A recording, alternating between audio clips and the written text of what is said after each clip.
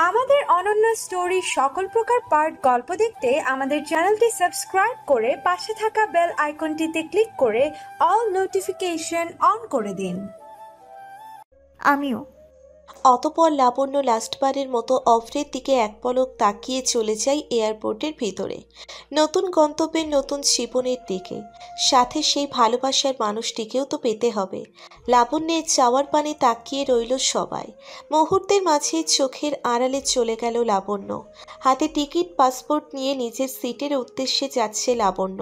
হঠাৎই মাথায় টুপি দিয়ে তার উইন্ডো সিটে কাউকে বসে থাকতে দেখে হতাশ হলো লাবণ্য। খানিকটা বিরক্ত নিয়ে বলল, এক্সকিউজ মি মিস্টার, আপনি আমার সিটে বসে আছেন? কোনো মেইলি ভয়েস কানে আসতেই নিচের মাথার টুপিটা মুখ থেকে সরিয়ে সামনে ঘুরে তাকালো কাব্য। সামনেই একটা মেয়েকে দেখে বলল, ইয়েস। আপনি আমার সিটে বসে আছেন, উঠুন জলদি। লাবণ্যের ডাক দেখে নিজের জায়গা থেকে উঠতে উঠতে বলল কাব্য, কুল ডাউন মিস, ভুল করে বসে ফেলেছি।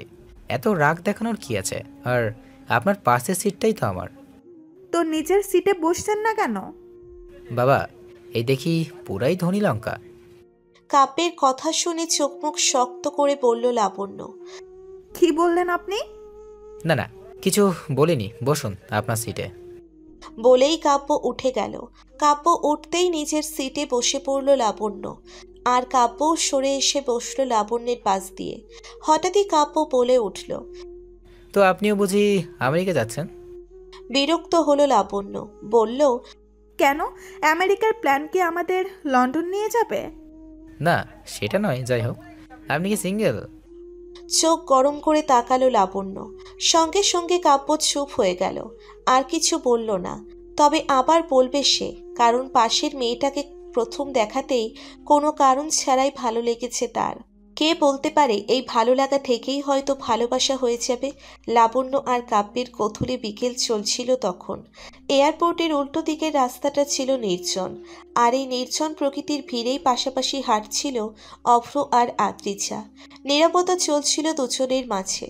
হঠাৎই অভ্র বলে ওঠে, গোধূলি বিকেলে তুমি আমি দুজন নির্জন এই প্রকৃতির ভিড়ে হাঁটছি, নীরব হয়ে বিষয়টা খাপছাড়া নয় কি? উত্তরে আদ্রিজা বলল, তাহলে কিভাবে হাঁটবো?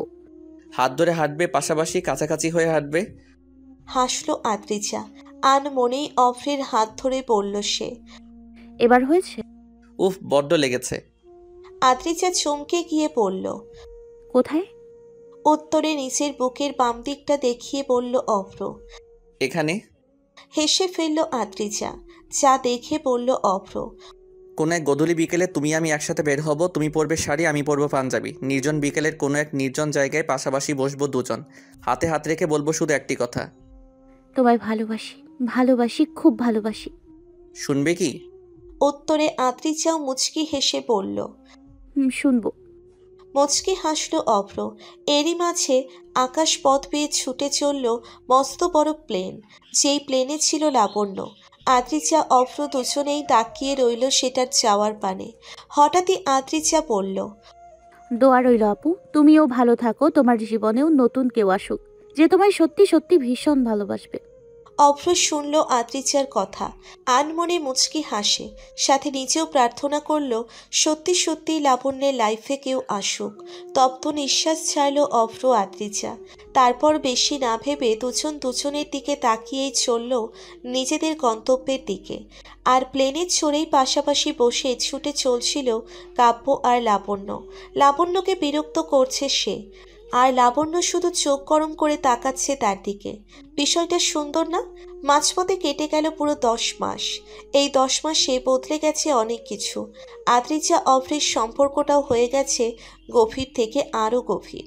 রোজ অফিস থেকে ফিরে আদ্রিজাকে খাইয়ে দাইয়ে ওকে জড়িয়ে ধরে ঘুমানো, ওর সেবা করাই যেন অভ্রের একটা ডেইলি রুটিন। ডেলিভারির সময় যত ঘনিয়ে আসছিল টেনশনটাও যেন ততই বাড়ছিল অভ্রের। প্রতিদিন আল্লাহর দরবারে মাঝরাতে উঠে নামাজ পড়ে আদ্রিজার জন্য কাঁদে সে।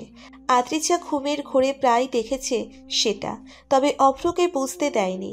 মনে মনে ভীষণ খুশিও হতো, সাথে ভাবতো কতটা ভাগ্যবতী সে।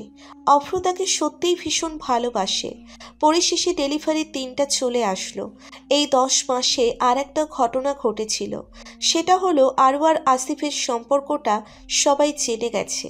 আদ্রিজাদের বন্ধু মহল তো পুরো হতভম্ব হয়ে গিয়েছিল। শেষে কিনা আরও সেই 3rd ক্লাস কবিতার কবিরই প্রেমেই পড়ল। বিষয়টা জানার পর অভ্রের বাবা আশিকের মা একটু কিন্তু করলেও পরক্ষণেই মেনে নিয়েছে সবটা।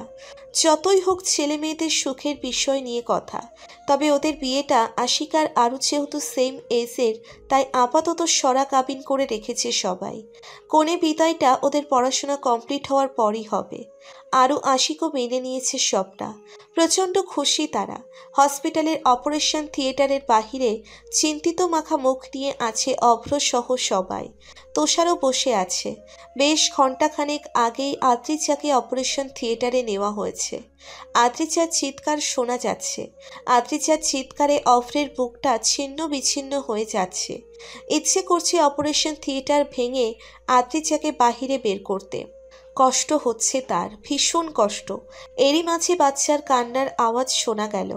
সাথে সাথে উপস্থিত সবার ঠোঁটে হাসি ফুটে উঠল। তার কিছুক্ষণের মধ্যেই একজন নার্স একটা ফুটফুটে মেয়ে শিশুকে কোলে নিয়ে বাহিরে আসলো। অভ্র তৎক্ষণাৎ এগিয়ে গেল।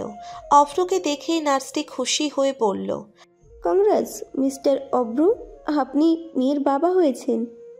নার্সের কথা শুনে সবাই আল্লাহর দরবারে দুহাত তুলে আলহামদুলিল্লাহ বলল। অভ্র খানিকটা নিচু হয়ে মেয়ের কানের সামনে মুখ নিয়ে আজান দিল। সে ছিল এক মধুর মুহূর্ত।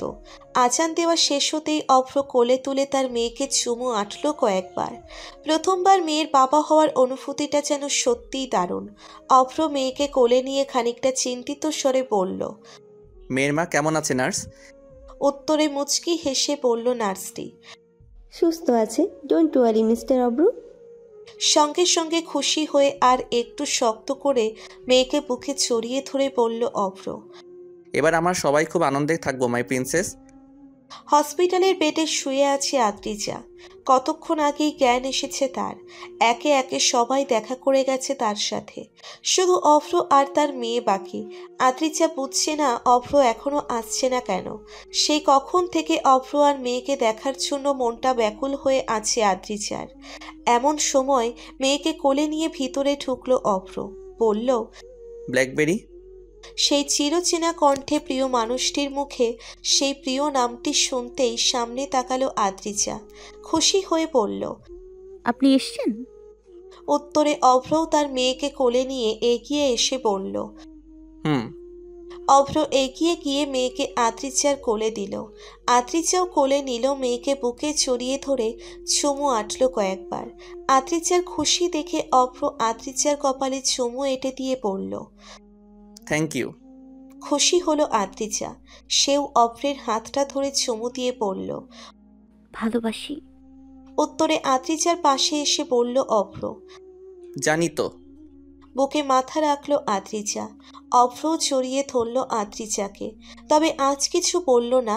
নীরব থাকলো দুজন। ঘড়ির কাঁটার টিকটিক শব্দে ছুটছিল তখন। বাহিরে হিম শীতল গোধূলি বিকেলের বাতাস বইছিল চুপচাপ। সূর্যটা চলে যাওয়ার আভাস আসছিল সাথে। হসপিটালের জানালা টপকে আসছিল শেষ বাতাস।